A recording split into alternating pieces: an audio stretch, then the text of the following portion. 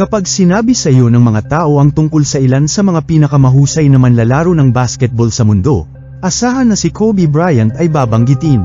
Pagkatapos ng lahat, naaaliw si Kobe sa mga tagahanga sa kanyang mga pan-along shot at naimpluwensyahan ng maraming tao na itulak ang kanilang mga limitasyon. Sa videong ito, pag-uusapan natin ang 5 minutes facts tungkol kay Kobe Bryant. Si Kobe Bryant ay isinilang noong ika-23 ng Agosto taong 1978 na ginawa siyang isang Virgo. Pinangalanan siya ng ama ni Kobe na si Joe Bryant sa isa sa pinakasikat at mamahaling uri ng karne ng baka sa mundo. Nagkaroon siya ng 2 kapatid na babae, sina Sharia at Shea Bryant. Si Sharia ang panganay, habang si Shea ang gitnang kapatid, kaya si Kobe ang bunso.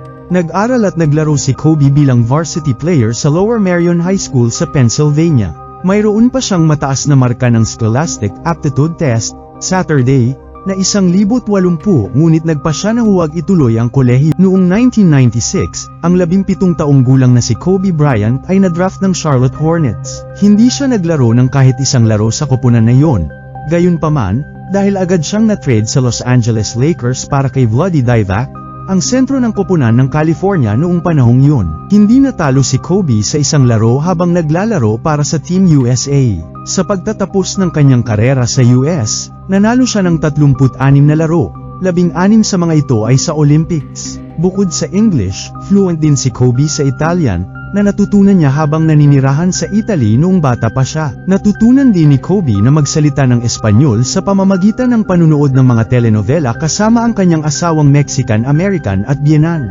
Si Kobe at ang kanyang asawang si Vanessa ay may 4 na anak na babae, Natalia, Gianna, Bianca, at Capri. Noong ika-7 ng Enero taong 2003, ibinagsak ni Kobe ang 12 3-pointer laban sa Seattle Supersonics upang hawakan ang record para sa pinakamaraming 3 puntos sa isang laro sa regular na season. Naimpluwensyahan ni Kobe ang milyon-milyong tao na isama ang isang mindset na palaging nagsusumikap at pagpapabuti ng kanilang sarili araw-araw. Kilala ito bilang Mamba Mentality. Noong 2014, namuhunan si Kobe ng $6 milyon sa Body Armor, isa sa mga kakumpetensya ni Gatorade, na kalaunan ay binili ng Coca-Cola noong 2021 sa halagang $5.60 bilyon. Bago pumirma sa Nike noong 2003 upang simulan ang isa sa pinakamatagumpay na linya ng sapatos, pumirma muna si Kobe ng isang deal sa Adidas. Gayunpaman, hindi niya natapos ang 6 na taong kontrata ng Adidas, na naging dahilan upang pagmultahin siya ng kumpanya ng $8 milyon. Nananatiling isa si Kobe sa all-time leading scorer sa NBA, na may kabuuang 33,463 career points. Karaniwan para sa mga bata na parangalan ang maalamat na basketballer sa pamamagitan ng pagsigaw ng kanyang pangalan kapag nagtatapo ng mga gusot na piraso ng papel sa basurahan. Si Kobe ay kabilang din sa ilang NBA legend na nagkaroon ng three-peat, o nanalo ng 3 sunod na kampyonato. Ginawa niya ito kasama si Shaquille O'Neal, isa sa mga pinaka-nangingibabaw na sentro na naglaro sa laro. Noong 2018, ang Dear Basketball, isang maikling pelikula na isinulat at isinalaysay ni Kobe, ay nanalo ng Oscar para sa Best Animated Short Film. Noong 1999, hinabol din ni Kobe ang karera sa pagrampa sa pamamagitan ng pagiging bahagi ng CHEIZAW, isang rap group na nakakuha ng record deal sa urban music ng Sony. Mula sa partnership na ito nanggaling ang kanyang album na Visions, na nagtatampok ng mga rap legends tulad ng 50 Cent at Tyra Banks. Ang album ay nakalulungkot na hindi nakita ang liwanag ng araw, dahil ang lead single ng album, KOBE, ay medyo flop. Si Kobe ay ginawaran ng kanyang una at tanging NBA regular season MVP noong ika-6 ng Mayo taong 2008. Isa sa mga iconic na performance ni Kobe ay laban sa Toronto Raptors noong 2006, kung saan umiskor siya ng 81 puntos.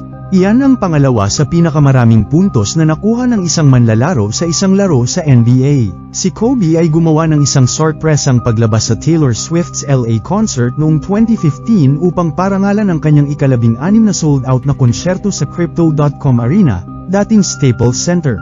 Espesyal ang numerong ito, dahil ang koponan ay may kabuuang 16 na titulo ng NBA sa taong yon.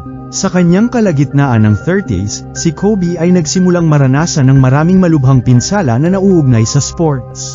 Ito ay humantong sa kanyang pagreretiro sa edad na 37 matapos tapusin ang 2015 hanggang 2016 season. Hinamon ni Shaquille O'Neal si Kobe na umiskor ng 50 puntos sa kanyang huling laro sa karera, kaya nagpunta siya at umiskor ng 60. Noong ika-26 ng Enero taong 2020, nasangkot si Kobe sa isang trahedya na pagbagsak ng helicopter. Ang aksidenteng ito ay humantong sa pagkamatay ni Kobe, kanyang anak na si Gianna, at 7 iba pang mga tao na sakay nito. Pinarangalan siya ng mga koponan ng NBA na nagkaroon ng mga laro pagkatapos ng pagpanaw ni Kobe sa pamamagitan ng pagsisimula ng laro sa alinman sa 8 segundong backcourt violation o 24 na segundong paglabag. Inilibing sina Kobe at Gianna Bryant noong ika-7 ng Pebrero taong 2020 sa Pacific View Memorial Park sa California.